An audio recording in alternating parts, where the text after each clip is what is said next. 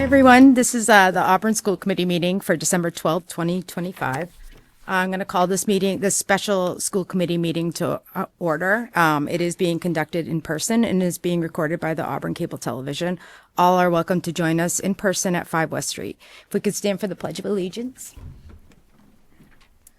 I pledge allegiance to the flag of the United States of America and to the republic for which it stands, one nation, under God, indivisible, with liberty and justice for all. The vision of the Auburn Public Schools is to educate and prepare students for the opportunities and challenges of a changing world. Our commitment: we will create, maintain, and support an environment that fosters a sense of belonging for all students in our schools, respecting race, color, sex, religion, national origin, sexual orientation, gender identity, homelessness, poverty, spoken language, and ability. All right, thank you, Dr. McCrillis. Tonight, we are conducting our last live interview for our third finalist for the position of Superintendent of Auburn Public Schools. Tonight's candidate is Timothy McCormick. I just want to take a moment to thank you for all your time today. It's been a long day, and you were a trooper for sure. Talking about yourself for 10 hours straight is not an easy job, I'm sure. I just want to thank you for taking the time, visiting our schools. We really appreciated it. We're going to be doing a maximum of 75-minute interview tonight. We'll let you know when there are 30 minutes left and then when there are 10 minutes left. We have 14 questions for you. I'm going to let you start off with an opening statement. What's that? Introductions. Oh, yes. Yeah. I'm getting there. Yeah. I'm going to let you start off with an opening statement and tell us a little bit about yourself. But first, we're going to go down the line and introduce ourselves. So I'm Jessie Harrington. I am the chair of the school committee. Megan McCrillis, I'm the vice chair. Stephanie Parker, school committee member. Brooke Wren, school committee member. Samantha Rayfield, school committee member. Trevor Brooks, acting student representative. Thank you. Thank you. So on that note, I'm going to turn it over to you for your opening statement, and we'll do the interview, and then we'll give you a chance to give a closing statement. Great. No, thank you very much. First off, thank you to the chair and the vice chair for being part of the traveling roadshow today. Excuse me. It was a long day, but it was a great day. I had a chance to visit all the schools, and I think by my count, I met with over 50 teachers, and at least 30 students between the middle school and the high school focus groups. But it was really validating because in those conversations, through those questions, through our dialogue throughout the day, it really showed me and validated how great Auburn Public Schools is. I've heard great things. I know some people who work here, obviously, but I think that you see it in action. You talk to the leaders, and most importantly, talking to the students and how much they are invested in their education. I think back to, I think it was 2 weeks ago in the first interview, and I was in the waiting room, and I was sitting with three eighth graders, and I asked them, what's the best part of this district? And they said the teachers. And I saw that today. I saw the interaction with the students, I saw the teachers and their enthusiasm and their really meaningful questions about how we can make this district better. So, fantastic day. I was just blown away by the questions and the seriousness of some of the students as they asked the questions about what they want from their next district leader. So I was honored to be part of this process. I thank you for organizing it. It was a long day, but it was a very, very rewarding day for me. So thank you very much. Great. Thank you. Thank you. Yeah. Awesome. All right. So I will start off with asking you questions about your leadership and management. Can you go into your management style? Yes, of course. So I think there's a handful of words I would use to describe myself of how I lead, and I think that over the years I've really honed in on some of these skills. But I would start with collaborator. I think that collaboration is very important in school leadership. I said it today in part of the interview, but I've said this to my own leadership team in North Brookfield. The answer is in the room. Not one person has all the answers. We need to work together as a high-functioning team to do what's best for our students, our families, and our staff. I'm also a reflective leader. I think that the version that I am today as a school leader is better than it was 10, 15 years ago. I've been able to reflect on what works, what I've done, how I can be better as a leader. How I can communicate better? How can I articulate a vision better? And I've been very, I think, open to that feedback, both internally, but also from members of the leadership team. I'm also a systems thinker. I think it's very important that you have systems in place that not only the leadership team, but teachers, families, students know where they can access these systems, how these systems operate, and systems that support the learning for all of our students, that they remove obstacles. It's equitable for all students to access the curriculum. I think those systems are very much need to be articulated to all of our stakeholders so they know how to ensure that their students, their children, are accessing the best they can in Auburn Public Schools. And I think I also I lead with high expectations for myself, for the teachers who work in the buildings, for the principals, directors. But I think that's fostered through a sense of safety, that we are able to give each other feedback. We're a collective team that's working together that, again, I go back to that mantra of the answers in the room. Not one person has all the answers. So when I hold myself accountable, I'm my own worst critic. But I expect that feedback, and I will give feedback to those leaders who are working towards, to better the education of our students. All right. Great. Thank you. What would you say are the values that drive your work in public education, and how did these values form and evolve, and how do you model them? I love this sign that's over on your wall here. I mean, kids first and teachers are your front lines. I think what I do as a district leader is student-centered. We make decisions what's best for students. This is a people business, and our clientele is our students, their families, and obviously our teachers. And I value what our teachers and our support staff do on the day-to-day basis because they are at the ground level every single day. When we talk about initiatives and programs for kids, we're the ones who are talking about them initially, but the teachers and the support staff are the ones who are actually enacting those policies and those initiatives. So I think that when I think about what I do and what drives me, I want what's best for our students. I want to give those students opportunities that maybe I had, but maybe I didn't. It's that continuous improvement that we look at what we do on the day-to-day basis and make sure that we are really making sure we're optimizing what we're doing for kids on a regular basis. And that takes time. That takes, again, that fostering that sense of psychological safety among our team, building trust with the community, building trust with staff. I'm not from Auburn, as you all know. So, if I were to be in this position, I would have to earn the trust of the teachers, the students, the families. And I would work hard to listen and ask those questions. I said this many times today. I don't come into a situation to change things for the sake of changing. I want to make impactful, lasting change based on the needs and the wants of our students. So I think that takes that conversation or multiple conversations with our stakeholders to see what's going on. And I think through that process, we can collect some information to start to piece together kind of a plan for our next steps. So that goes back to that strategic thinking, thoughtful planning for our students and their families. And I think that's kind of what I've been able to lay out in my current district. Mm-hmm. And I think we can do some of that same work here. All right. Okay. What characteristics do you look for when hiring those that will work for you or with you? Again, that teacher, that staff member who wants to connect with kids. That's first and foremost. Students need to feel safe, seen, and supported if we truly want them to be successful.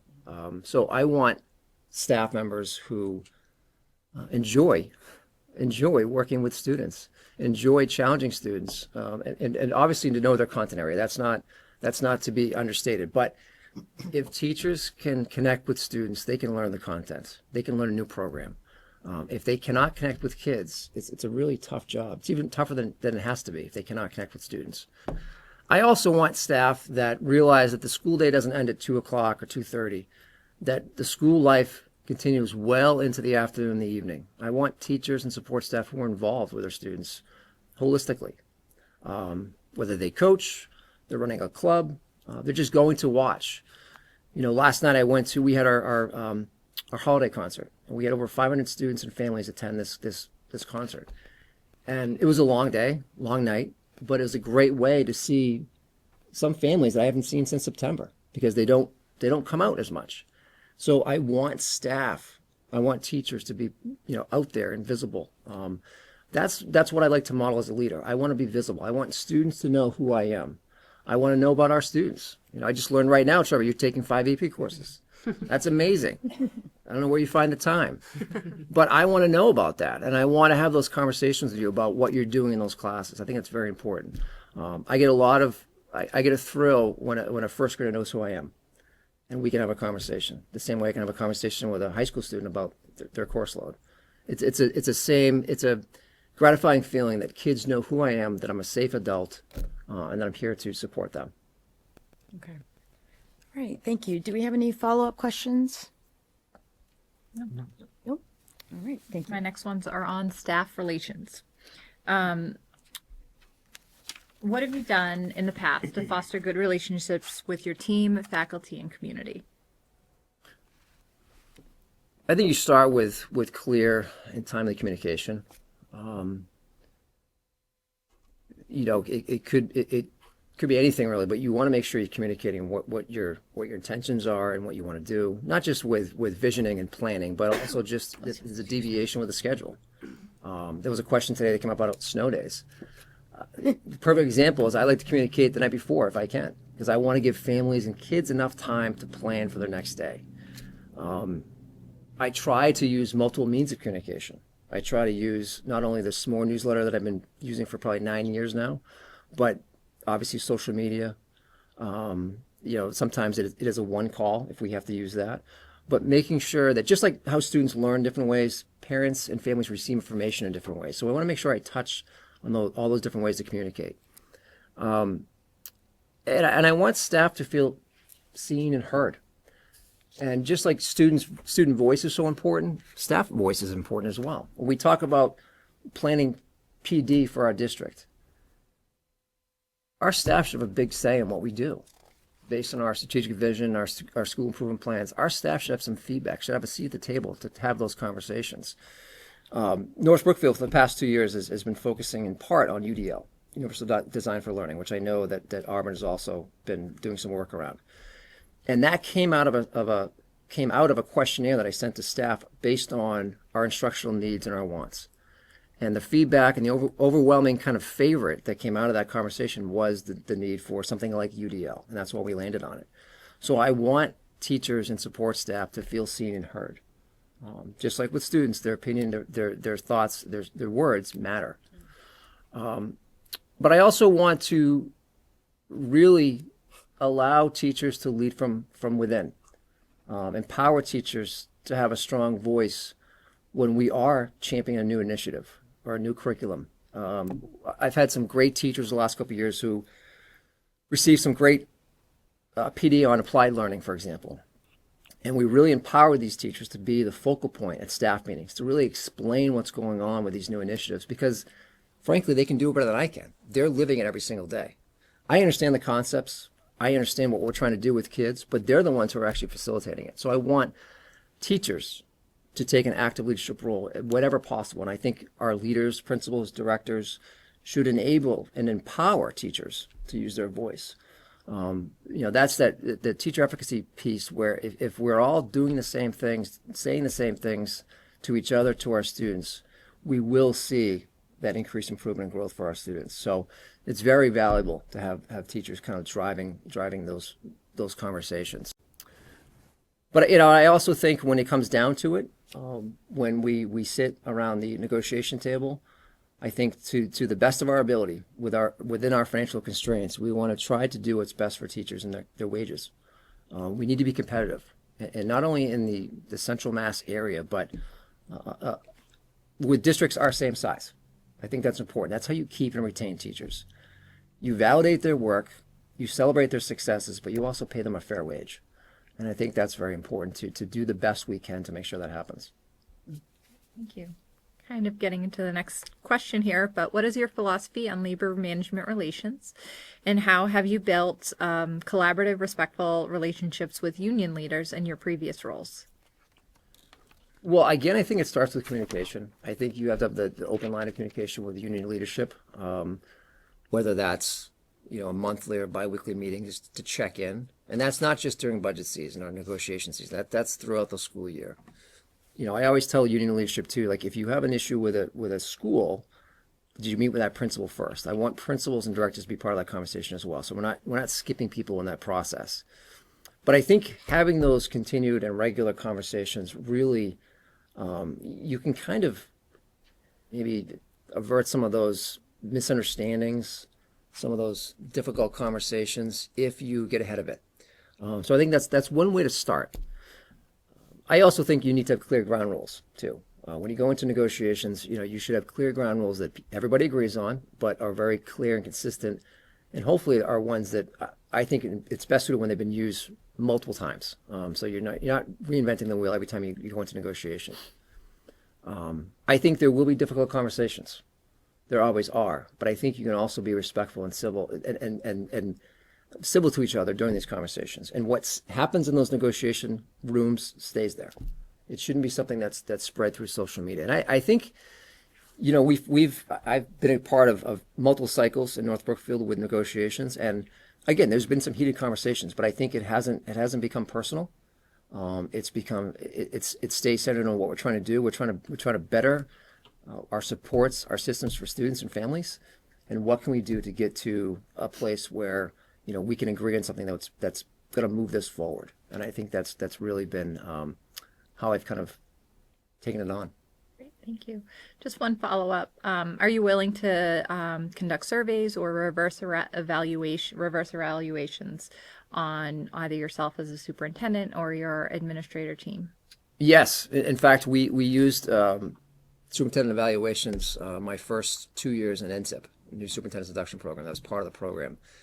So everybody on my leadership team completed a survey on my leadership skills, my abilities, my strengths, my weaknesses. And again, I think that's how we grow as leaders. We can't just pretend that we don't do anything wrong, because we do. And we need that feedback. We need to have those conversations. And if we do make a mistake, we need to own it. But I am very willing and open to that. I think, part of being a superintendent, you are evaluated by the school committee, but the feedback you get from the people you work with most directly is, I think, even more valuable, because they're the ones who report to you and you're working with most closely. So I think it's very important. Great, thank you. On to you. Down to me. So I am the financial management of this interview. I have a couple of questions for you. Sure. The first, how do you ensure budget decisions align with district goals while staying within the available resources? So I think when you think about budgeting and you think about overall fiscal management, I think when I'm building a budget, it's in part telling a story, right? It's telling a story of where we are and where we want to be with our resources. But I think that story aligns with what our strategic plan for the district says. And I know we're in the process that's going to happen probably next year, is what I understand, is that's going to end and we're doing a new one. Yep. So I think the budget process, and thinking of FY27, this budget may be a little bit different where it's aligned with the current plan, but FY28 and beyond will be aligned with the next strategic plan. So that plan, which funnels down to your school improvement plans, really kind of drives what your wants and needs are. You've identified where you think the district should be. You've identified the overarching goals for the district. Now you need to make it work financially. So I think that's part of the storytelling. I think that what you also need to do, and this is working closely with the business manager and the business department, is look at kind of the level or where those revolving accounts are. Your school choice, your circuit breaker. Those are some major levers with any budgeting process. That money that you can carry over from year to year outside the general fund needs to be as robust as possible. Unfortunately, many districts, including my own at times, we funnel that money right back into our next year's operating budget. We need to build those reserves. We need to be mindful of how we save that money so that if we do have a financial shortfall If we do have an area where we need to add a program or we need to send a student out of district that we didn't expect, we have money available to do so. So I think those things, what I just explained, take a lot of conversation and communication with the business manager, but also with directors and building principals too.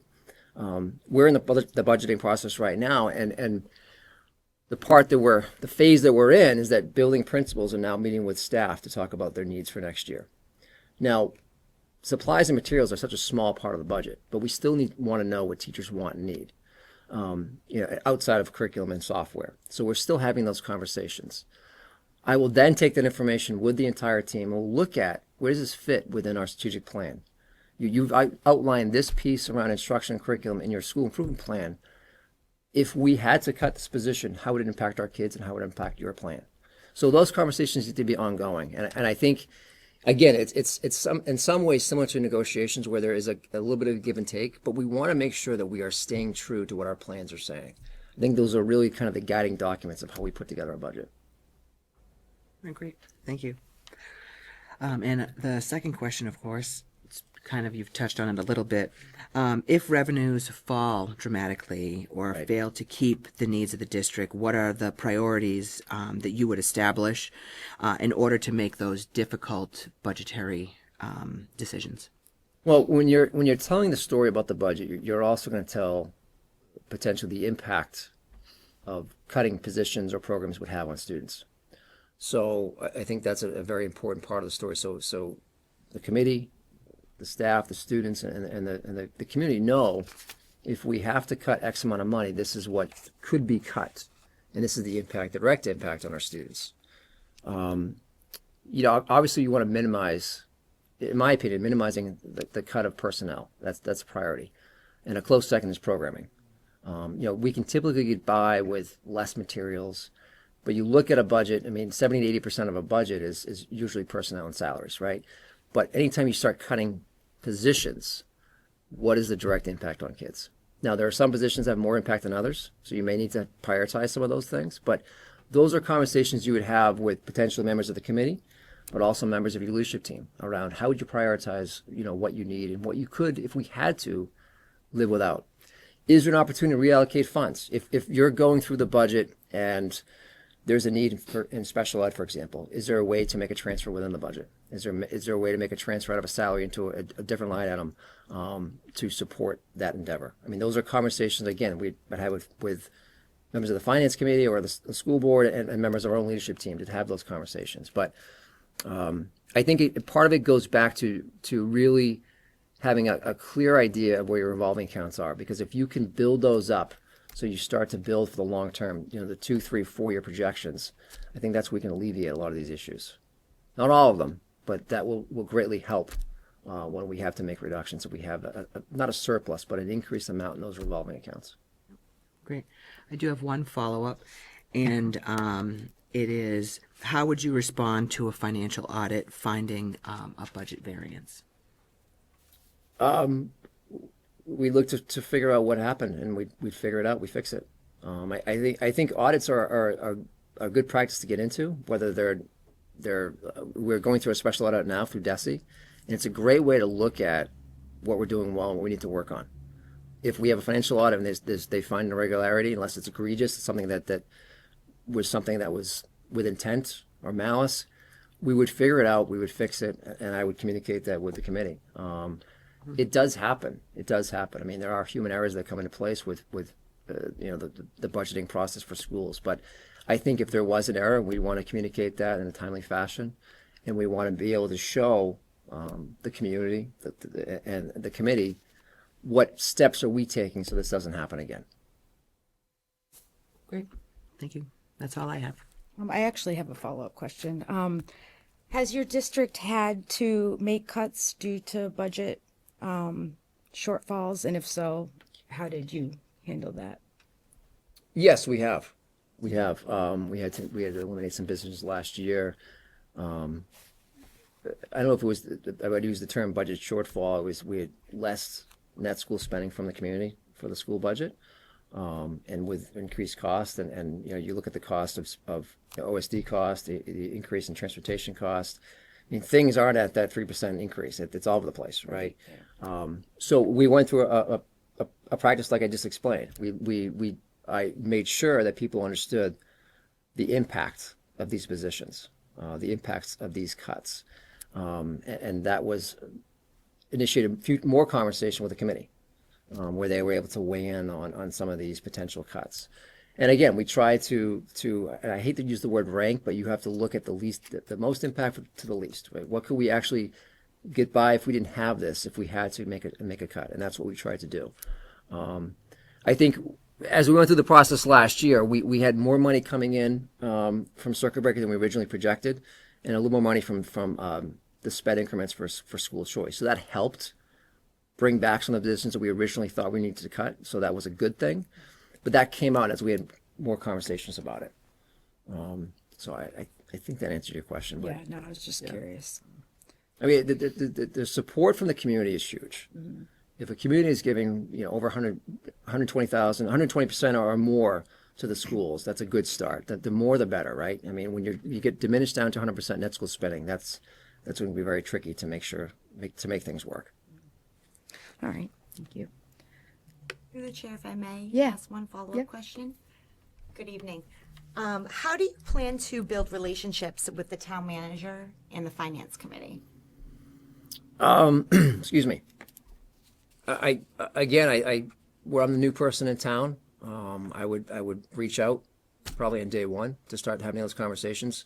I have a relationship with Dr. Chamberlain, so I may even invite her to kind of initiate that conversation. Just she's the outgoing superintendent, and if I was to be in this position, I'm very much in favor of having a coach or a transition plan. So if I can meet people and meet people while Beth is still here, I think that's a great thing. But I would want to do that on day one, if not sooner, to start that conversation, to kind of to see what people are thinking and how we can work together. And I think that's the biggest thing is how can we work together? Thank you. Okay, I'm going to move on to conflict resolution. What do you see as an emerging issue or problem that we are likely to face, and how would you go about confronting that as a superintendent and community leader? That's a good question. 'Cause I don't really know.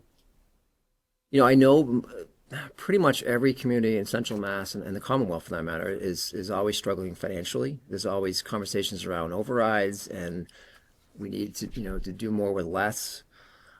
It's so that could be something that we deal with. I mean, obviously there'd be conversations around the budget. How do we message that? How do we get people involved? How do we elicit support and feedback from parents and families? When I think about phasing in new curriculum and new instructional materials, I don't see that as being an issue, but I think it's also something you need to message appropriately.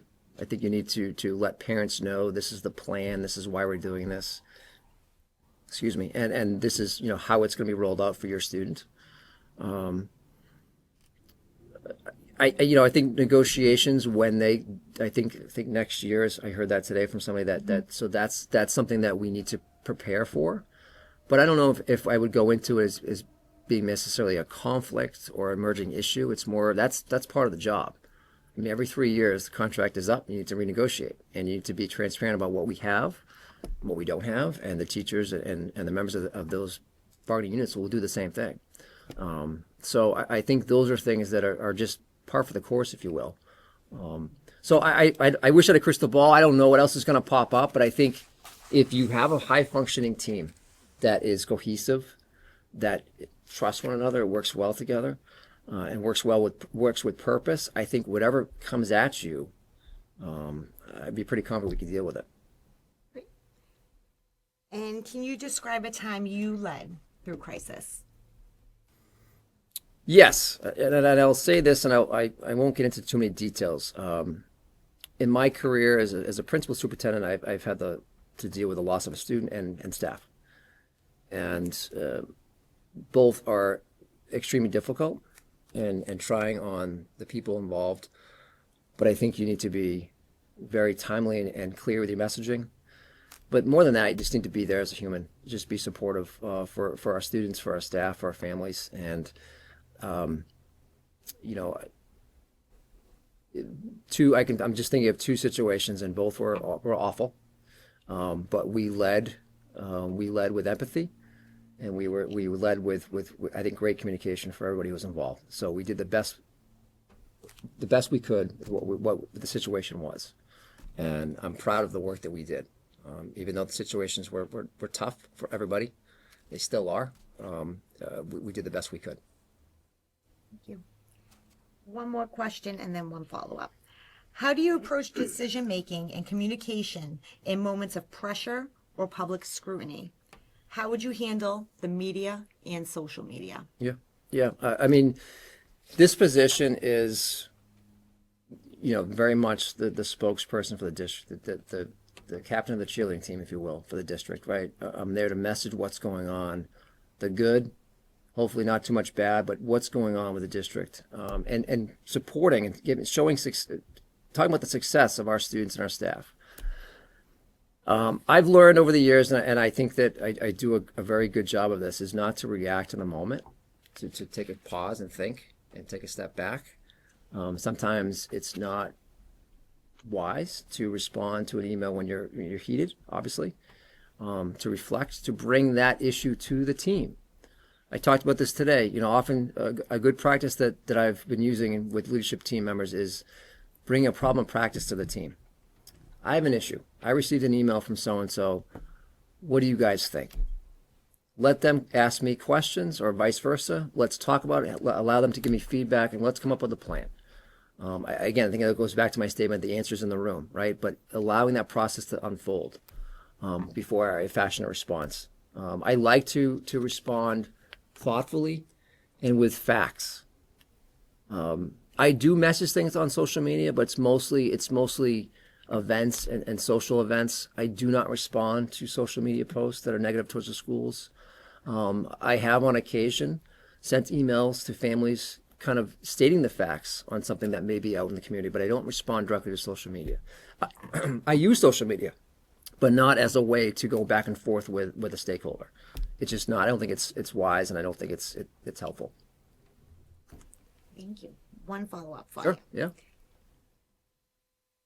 In your opinion, what should a school committee member do when contacted by a parent, taxpayer, and/or the media when an issue arises having to do with our schools, students, and staff? Good question. There's two things that come to mind. I think that any question that you receive from a parent, I know it happens. It happens in every district I've ever been in. It happens now. I would like to think that the committee would let me know of that concern. They wouldn't hold on to that concern, keep it in secret. They would let me know so I could find out the answer, whether I address that parent directly or I have a principal or director address that parent or family member directly. I think that's an important practice. And I would hope that the committee would also pause and reflect and say, I don't know. I will talk to the superintendent. I'll get back to you, or have him or her get back to you with an appropriate response. Regarding the media piece, I think really by and large, most of the media interaction should come from the superintendent. I think that what I would envision is that I would be communicating with either the chair or through the chair or members of the committee about a situation that may need to be addressed to the media. That it shouldn't happen very often, right? I mean, it does happen, but it shouldn't be the norm. But if it were to happen, I would hope that the committee would allow me to address it, but I would keep the committee abreast of what's going on in real time. Thank you very much. You're welcome. Hold on, I have a follow-up question. What are your thoughts on school resource officers being in schools daily, and does your district have them? We do not. It's changed. We had an officer who was more readily available during the day, but I think the police force in Oak Brookfield is kind of short-staffed, so they're changing shifts. I look with my first thought. I look at as an SRO as another trusted adult in the school community, and I think that it's important that students recognize it's another adult, another person they can go to if they are in crisis, to have a conversation with. I think I've been in districts where we've had some internships with the police force, with fire, but also with the justice system too. So I think there's a good connection there. If students are looking to go in that as a career or to study that in college, I think that's a great kind of segue to that. But I also know that some students in some families have a kind of a fear or a retraction towards the police too. So I want to be mindful of that as well. Again, I think when you have student discipline issues, that should be handled by the school. I think the resource officer is there when necessary for those situations, but I think it should really be dealt with by the school administration. But I think overall, if it's something that's been well received, I think it should continue. I think it's something that students, again, know where there's another trusted adult within their buildings. And I think that there's a lot of community engagement we can have around anti-bullying, harassment. I mean, police can be a very kind of integral part to messaging some of that. We do a lot of work for the DA's office, but having a police officer on site could be another piece of that puzzle to message that to students. Okay, great. Thank you. All right. I'm going to ask you a question about vision and strategic planning. So as you know, we're on the cusp of starting to construct our next new 5-year strategic plan.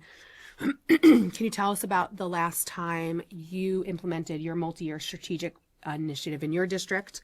What obstacles did you encounter, and what measurable results were achieved by the end of that plan period? Yeah, so going into my second year as superintendent, we went through this process, and a similar question came up today. And what we did was, well, first off, we messaged the information through multiple surveys to kind of gather some interest from our stakeholder groups.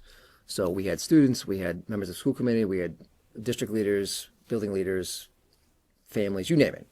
We had, I think, a member of the finance committee. So we try to get as many people as possible. And we had, I think, 25 people who showed up to all 4 of these meetings, planning meetings. And again, for a smaller district, that we were very excited by that. But what we also did was we partnered with a consulting agency, which I think was a very good idea. It was actually short money. It wasn't expensive to the district. But what that allowed us to do is to kind of lay the structure and the framework to these groups. And it I think it made it easier for people to digest, but also people didn't get the sense it was coming directly from me. How we structured it was the first 2 meetings, the consultant I was there and I was part of the facilitation. We kind of laid out the planning. The last 2 phases is when we took all the information. I led those 2 sessions where we started to put all of the ideas, the action steps on the paper. And we started to work to revise some of those action steps and some of the planning, the vision, the mission statement, wordsmithing those pieces. So I think it allowed people to see that this is a collaborative effort, which it was, but it wasn't coming all directly from my mouth from day one. It was something that we worked together as a full group.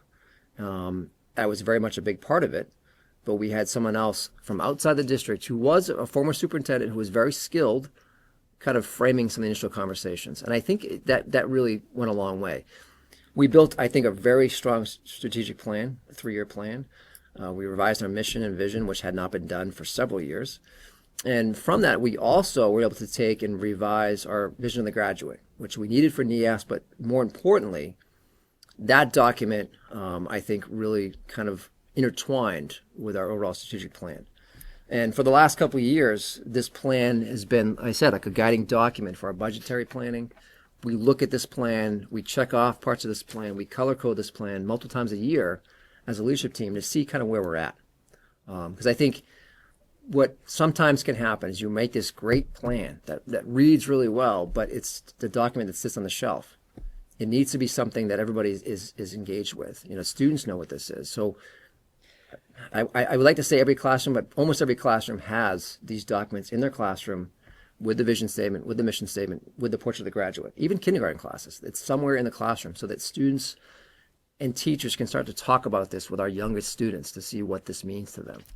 But from this plan, the last 2 years, it funnels down to your school improvement plans for both elementary and the high school, middle high school. So, again, it's a driving document that leads a lot of our initiatives with instruction and curriculum, with special ed supports, with culture and climate. So it's something that we use quite a bit. And I really think, if you can make it so it's 5 years and it's being actively looked at on a regular basis, that's even better. Okay, I have a follow-up question.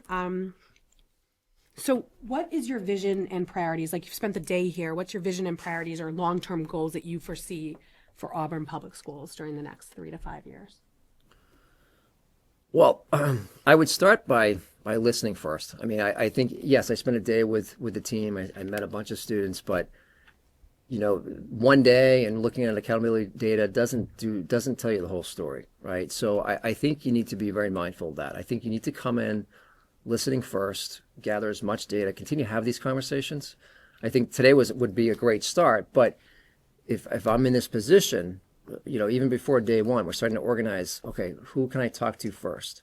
How can I message this? Who can I bring in to have these conversations? And have, three to five kind of anchor questions you're going to ask everybody. So you can start to put together themes throughout the district.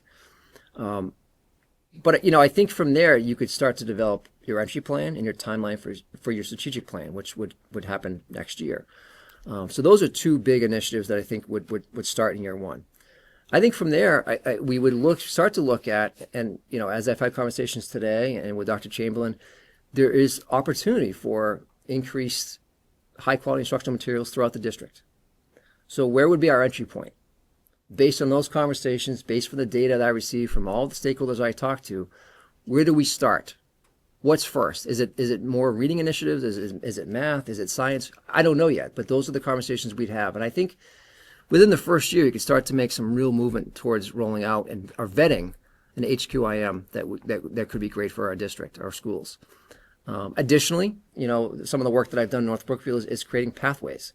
And I know that there's a lot of opportunity right now with state funding, but also it looks like there's a lot of opportunity here in Auburn to develop some pathway programming or CTE programs for kids. I don't think there's a lot of that going on yet, but I think there's opportunities there to look at how we would align with a college for some dual enrollment, how we would put together a pathway of curriculum for students, how we'd phase in credentialing for these students, and really give them the advantage to be successful in college or career based on this pathway work. I think that takes time. It's a process. The grant application is tedious.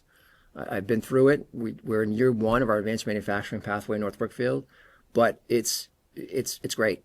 It's fantastic. The work was worth it, and our kids are really loving what we're doing right now. So I'm very pleased with that. But I think there's an opportunity there to start to look at those pathway programs. But I think that's more conversations with the building principals, with the director of curriculum. I think that it's not made in a silo, not made by one person. These are discussions that will take months of planning before we decide what our entry point is and where we should start. Thank you. I have one more follow-up question. Yeah. It's less on vision and strategic planning and more of just like a personal question. What do you think are your greatest strengths and your greatest weaknesses as a leader? My greatest strengths and weaknesses. Okay.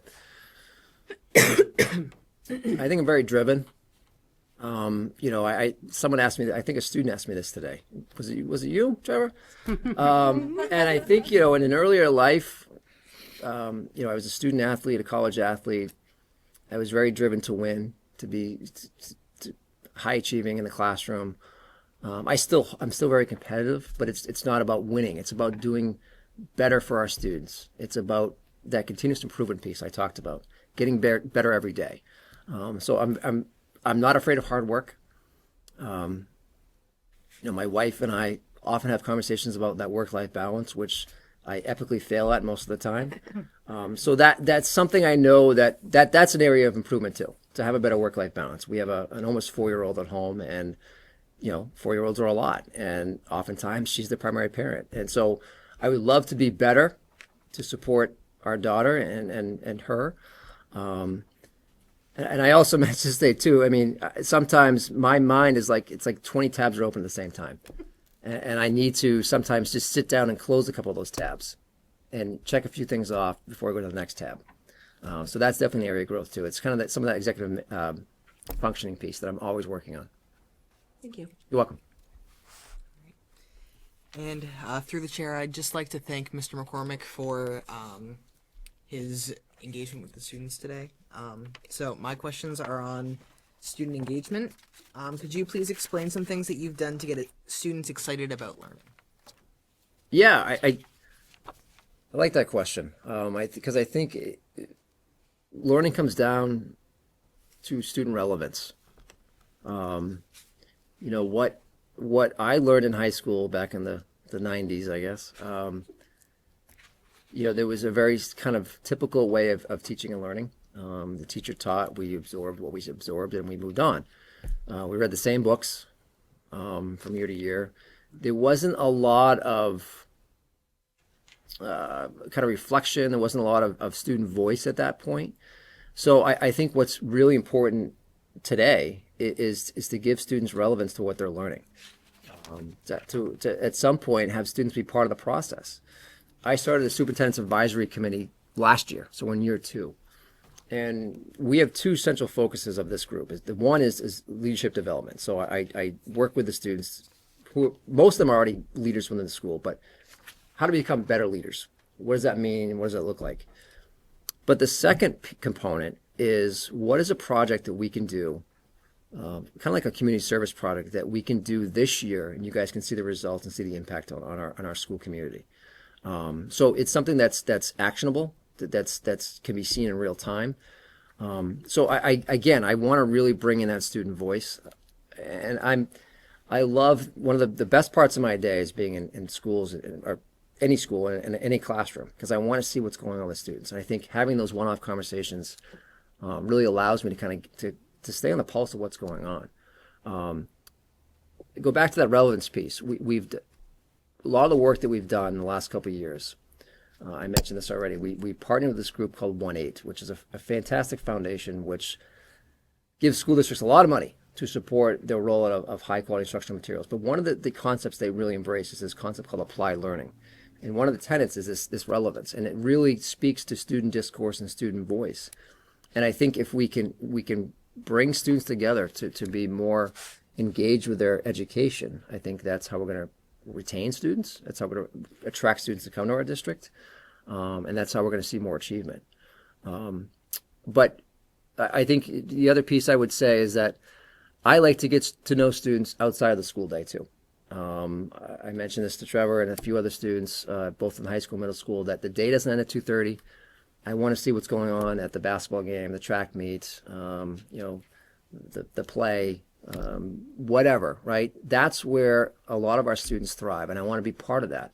I want students to know who I am. I want students to see me at their events, and I want to be able to talk to students about what I saw and what we can do better to support them. We're at just about 30 minutes, just so you're aware. Sorry. Thank you. We didn't mean That's to okay. cut you off.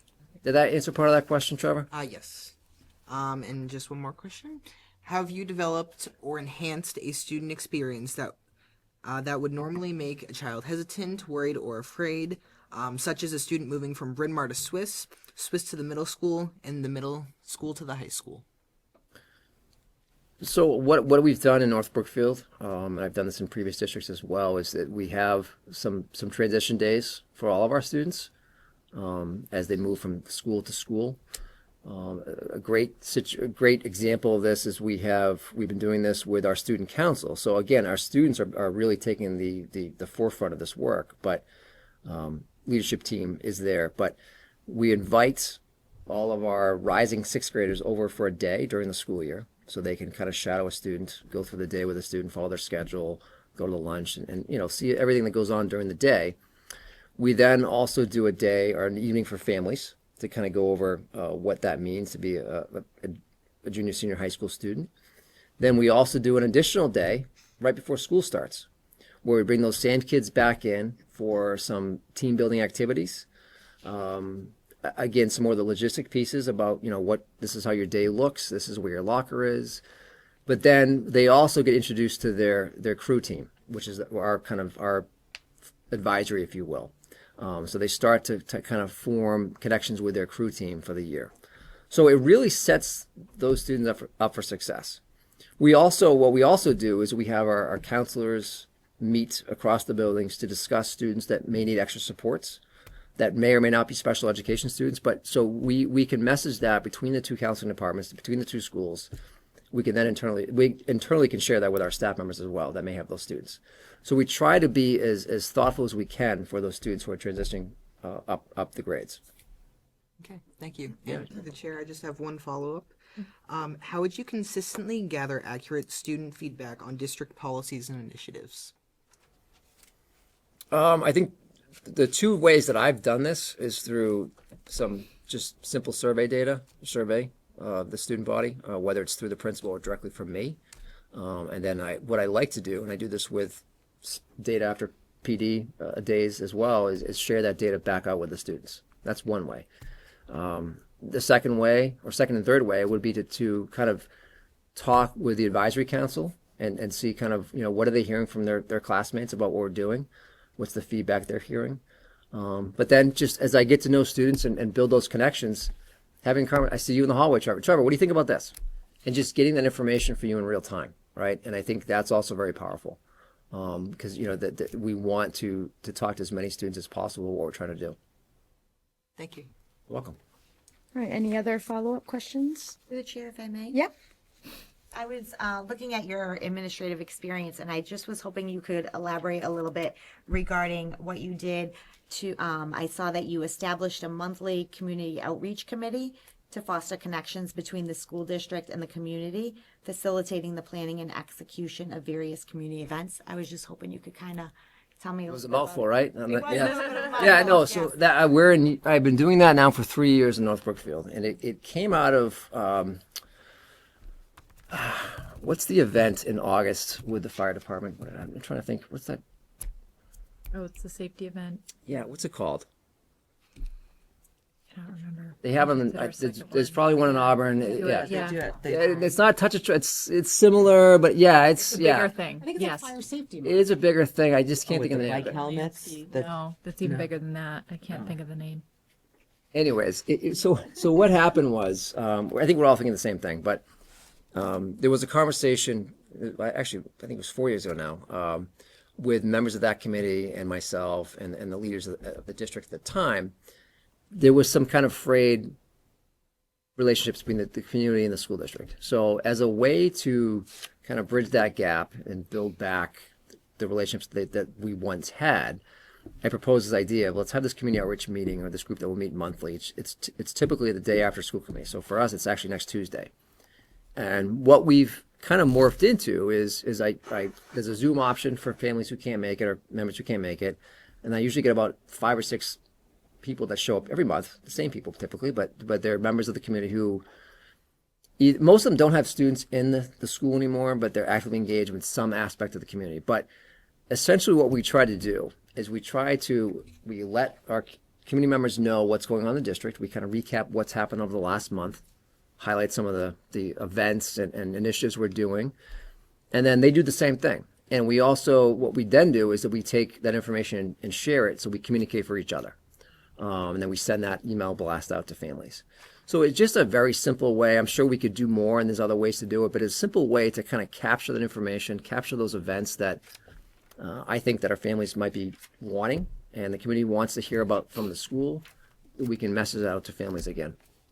Thank you. You're welcome. So I have one more follow-up question, and it's based on today's conversation with the kids. Just so families at home can also know what your view is on the cell phone policy.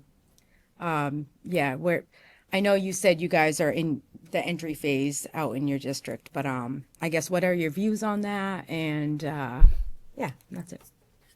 Yeah. What would be your action plan? And Well, I know there's a policy in place in Auburn, right? And I talked to the middle school students today, and it wasn't the first question they asked. It was maybe fourth or fifth. it was shocking. 'cause Yeah. usually it's Later one than or- the last. But they did ask it, and they asked, "What are your thoughts on this?" And I had thought about it because I think someone prepped me. Actually, they were going to ask me. But I will say a few things. I think that cell phone use at times has gotten out of control for students and for adults in some ways. I think in my current district, we've seen a decline in behaviors because our cell phones, for the most part, are put away during class time. Students only have access during lunch in some of our transitions. I understand the policy is more stringent here in the fact that they can't have access all day. And, a student did ask the question, what if I need help on a math question? And a staff member actually chimed in and said, well, you have a device. And that's true. Every student has a device, has either an iPad or some sort of device that they can use to access support or ask a question. I said, my response was, well, why don't you just ask the teacher? Yeah. And they didn't, I don't know if they really answered or not, but It was Caesar, and he was like, "Oh, that's yes, a it good was. idea." It was. That might have been my kid that asked that question. No, it was, he asked some great questions, but, I would hope at some point our students can be more responsible with their use. But I think for right now, I think that limited use is a good thing. The question also came up, what if we need to contact our parent? Well, you can go to the main office, and I don't think any admin assistant or principal is going to deny you from using the phone if you really need to use the phone. And parents can always communicate to the school. I know that response isn't always the best received, but I think there's obviously ways we can still communicate with families very quickly. But I think there still is a need to kind of restrict some of the use. What makes me sad is, like I said, we allow students to use cell phones during lunch. So when I go to the high school cafeteria for either middle school lunch or high school lunch, I see 90% of our kids glued to their phone and not interacting with the student that's right across the table from them. And that's something that I think we need to do better with. And I think we need to model it as adults too. So I don't know. It's, we're going to see where the state falls with this. I think, we were hoping to get some kind of more guidance from them. I don't know if we will. Yeah, you're probably right. You probably won't. It's left to the local districts to decide. But I don't really have a real issue with the current policy. I think in talking to the two building principals briefly, it seems to be working overall for them. And I think that's a good practice right now. All right, thank you. I think the kids were hoping you'd come in and say, let's drop the whole policy. Yeah, and let I mean, cell phones run wild and like I said, ratings I don't would've gone come up. in. Yeah. Maybe some students would love that, I'm sure, but I don't come in to make changes to change things for. It's those are longer conversations, right? And I think that we need to look at, why were the rules changed in the first place? Students were struggling with engagement, and we probably saw an increased amount of cyber issues, right? Harassment or whatever through their cell phone use. So it's something that I think it's a longer conversation. all right, great, thank you. All right, any more follow-up questions? Trevor, you all set? Yeah. All right, great. All right, well, do you have any questions for us? I don't. I think you mentioned that decision was made on Tuesday. Is that correct? Yep. We have another meeting on Tuesday, and are hoping to notify people that night. Okay. And then announcement at our meeting Wednesday night. But the people will know, everyone will know by Tuesday night, so, yeah. All right, well, I will seek a motion to adjourn. Do you have any closing statements? I'm sorry, yeah. No, it's okay. No, I wasn't. Yes, Ben. I'm not in a rush to get out of here or anything. No, I I'm kidding. don't. Yeah, no, please. No, and I'll keep it brief because I think during my responses tonight, you heard a lot about who I am. These questions are fantastic. I appreciate the thoughtfulness here with these questions. But when I look at this position, I look at this as an opportunity for real growth for the district, for our students, our staff. Again, I was blown away by the passion that I heard from your students, from the faculty and staff today. They really enjoy working here, and I think that cannot be said enough. I've been in districts where that's not the norm, and it's great to hear from students like Trevor and others of some really serious questions about how we can make this a better place. And I think my work on day one will be asking those questions, we'll be listening, but all with a name for continuous improvement. What can we do? What can we do to make this a better place for every single student who walks through these doors? What can we do to message that appropriately to our families? And what can we do to support and really build capacity for all of our teachers and support staff? And I'd be very excited to be, and honored to be in this role. I think this is a great district. And again, what I heard today really validated what I'd heard prior to this day of visiting, if you will. So I'd be very excited to be in this position. So again, thank you for your time. Thank you for the planning today. Thank you. And thank you for your time and your questions this evening. Thank you so much. Thank you. Nope. Sorry to try and cut you off. I didn't. No, it's okay. My It's gosh, Friday it's night. been I a get it. long I get it. 3 days. Third time you've done this. So this she did it to everybody. So. Okay. When I'm done, I'm Don't done. take it personally. I'm kidding. Done No. too. No. No, it was great having you in the district today. So, yeah, thank you very much for your time. Okay. I'll make a motion to adjourn. I'll second. All those in favor? Aye. Aye. All right. Thank Good night, you. everyone. Good night, everyone. Thank you very much. Thank you so much.